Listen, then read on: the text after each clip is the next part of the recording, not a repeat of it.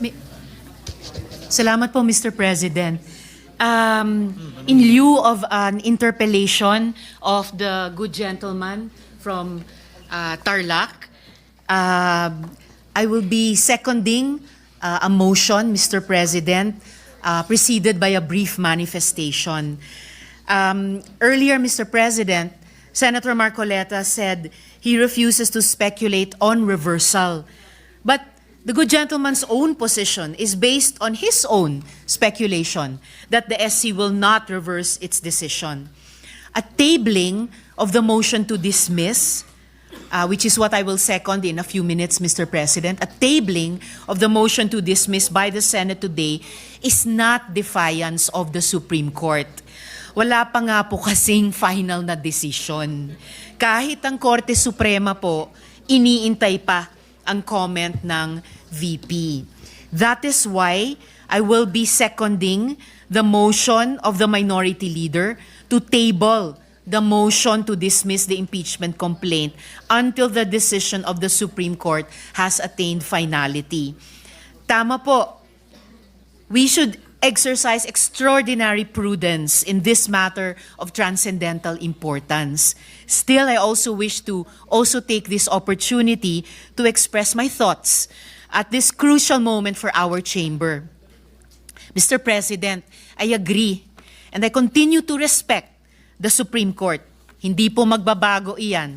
But, Mr. President, hindi naman po ibig sabihin ng respeto ay pananahimik. Lalo na kapag inisip natin kung gaano kalaki ang nakataya dito.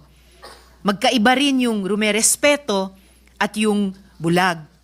Kaya naman, I will not be choosing silence, nor will I be turning a blind eye in the face of clear and unmistakable injustice. I am encouraged by the words of brave professors of the UP College of Law who in 2010 issued a sharp critique of a Supreme Court decision, Vinuya versus Executive Secretary, which said, the court cannot regain its credibility and maintain its moral authority without ensuring that its own conduct, whether collectively or through its members, is beyond reproach.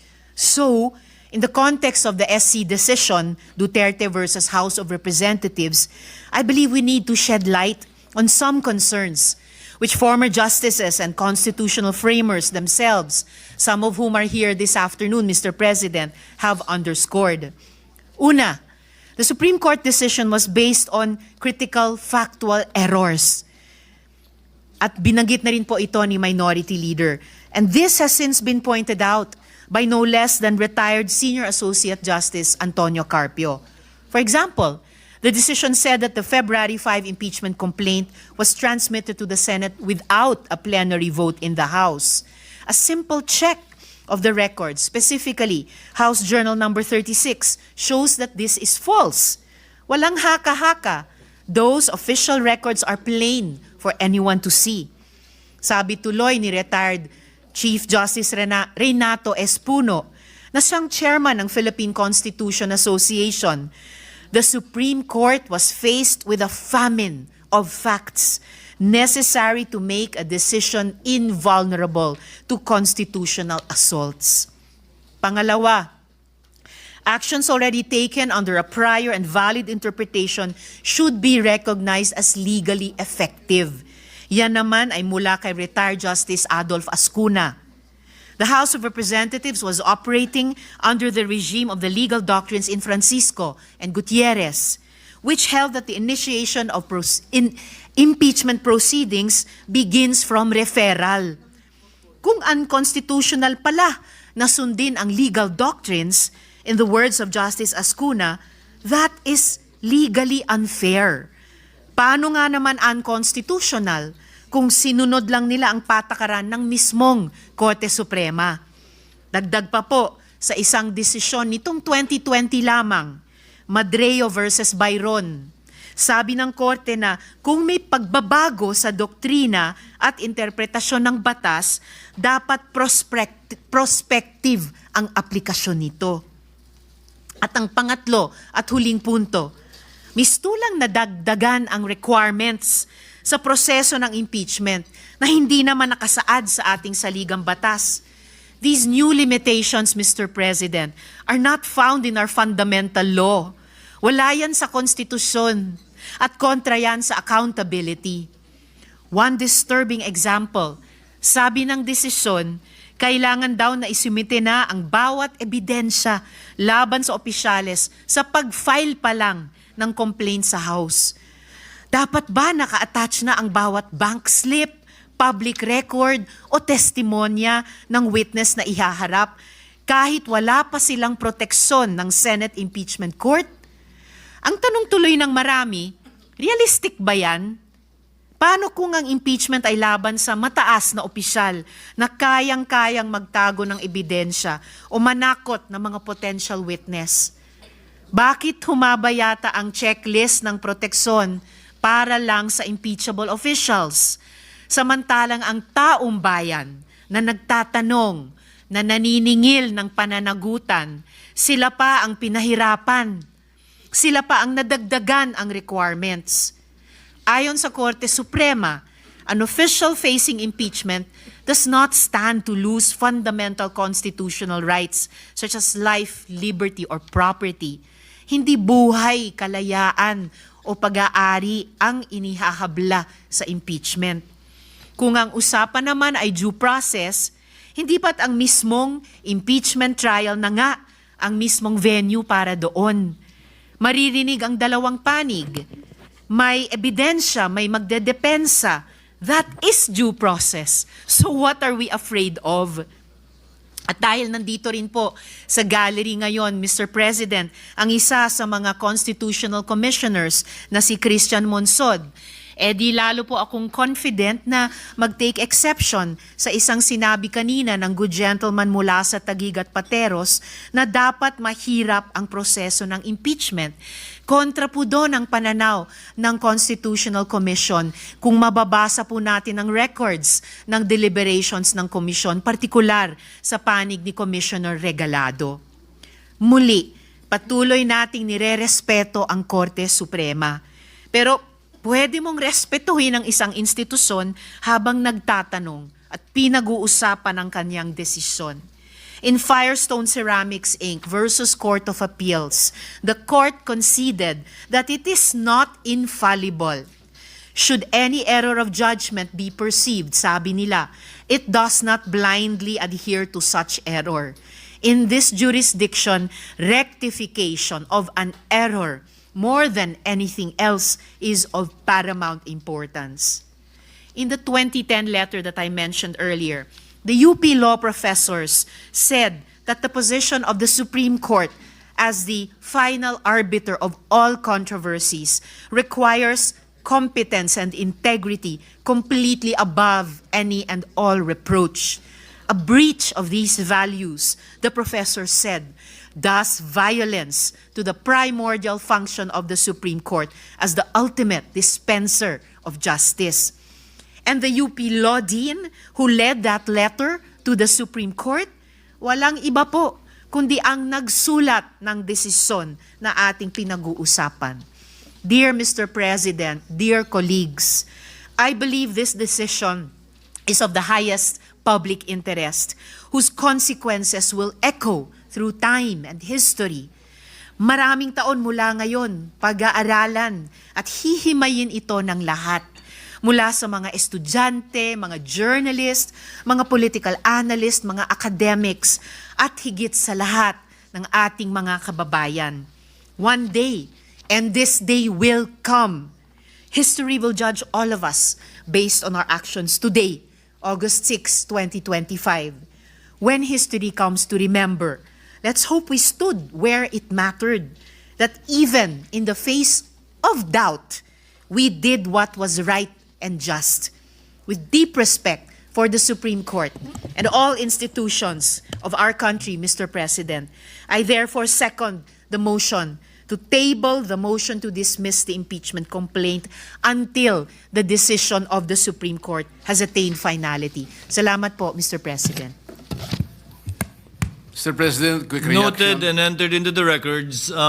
Senator Marcoleta. Mr. President, unang-una, yung sinabi ko pong speculative, sapagkat it was not based on my own speculation. It was based on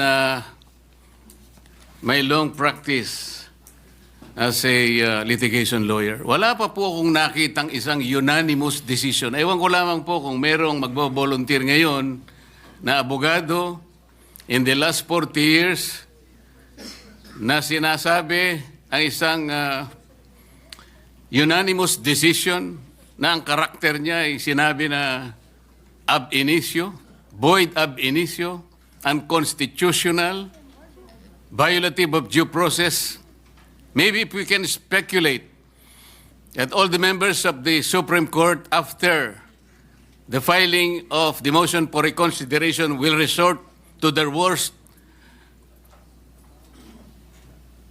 resort to the worst angels of their nature. Maybe, baka ganun lang.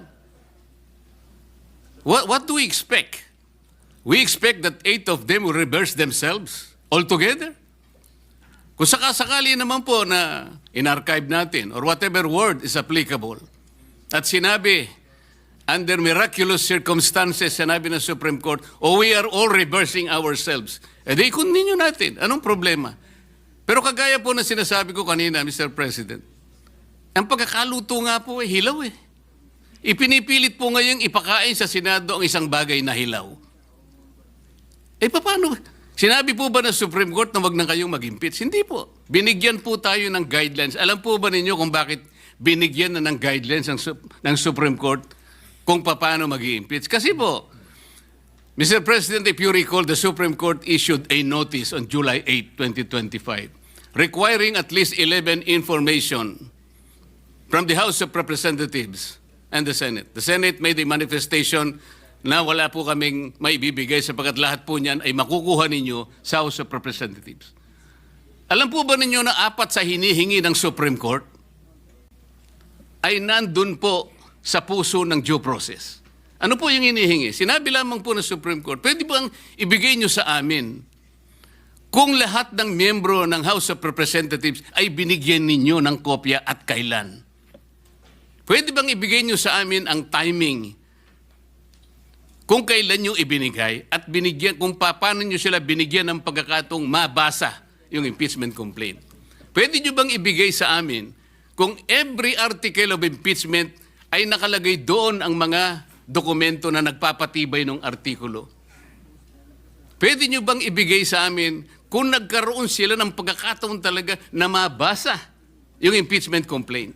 Alam po ba ninyo kung anong sagot ng Solicitor General in behalf of the House of Representatives?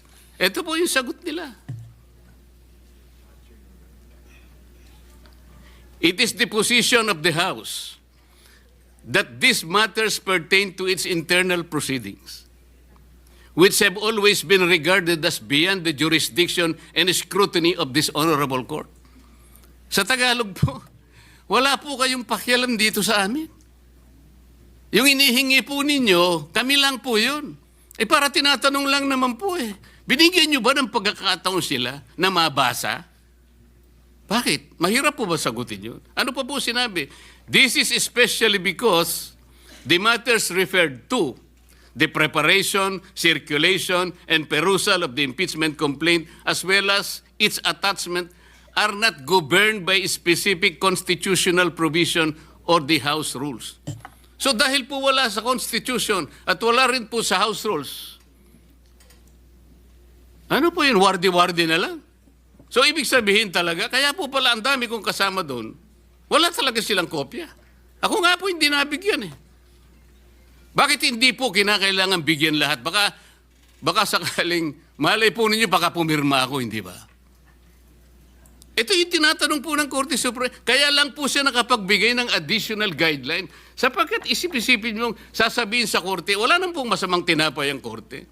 Pwede po malaman namin kung talaga nagkaroon ng pagkakatong mabasa man niya lang, ma-appreciate ang bawat dokumento na nakasalig dyan sa impeachment na yan. Para sa ganun, ay boboto siya sang-ayon sa kanyang sariling kagustuhan. Matibay ang gusto ng Korte Suprema. Gusto niyang makita na lahat ay dumaan sa kayusan. Hilaw nga po Mr. President. Kanina ko pa po pinaiintindi, hilaw. Ba't hindi po kayo magluto ng mas masarap na kanin? Para sa ganun po, hindi tayo mahirapan. Maghintay na lang po kayo ng 6 months. Pwede naman eh. Ba't pinipilit po natin ang isang bagay na hilaw at pinipilit niyong ipakain sa atin? Mr. President. Sabi ko po kanina, Mr. President, I am ready to amend my motion. Kung kinakailangan po, that will be consistent on the respect accorded to the Supreme Court. Kaya lamang po, kailangan nating umaksyon sapagkat kagaya po ng nalalaman natin, naghihintay ang taong bayan na kailangan magkaroon po ng closure ito sapagkat kapag ito will be hanging on the balance, baka hindi po mabutihin ng ating mamamayan. Yun lang naman po ang pinakapunto rito, Mr. President. Thank you, Senator.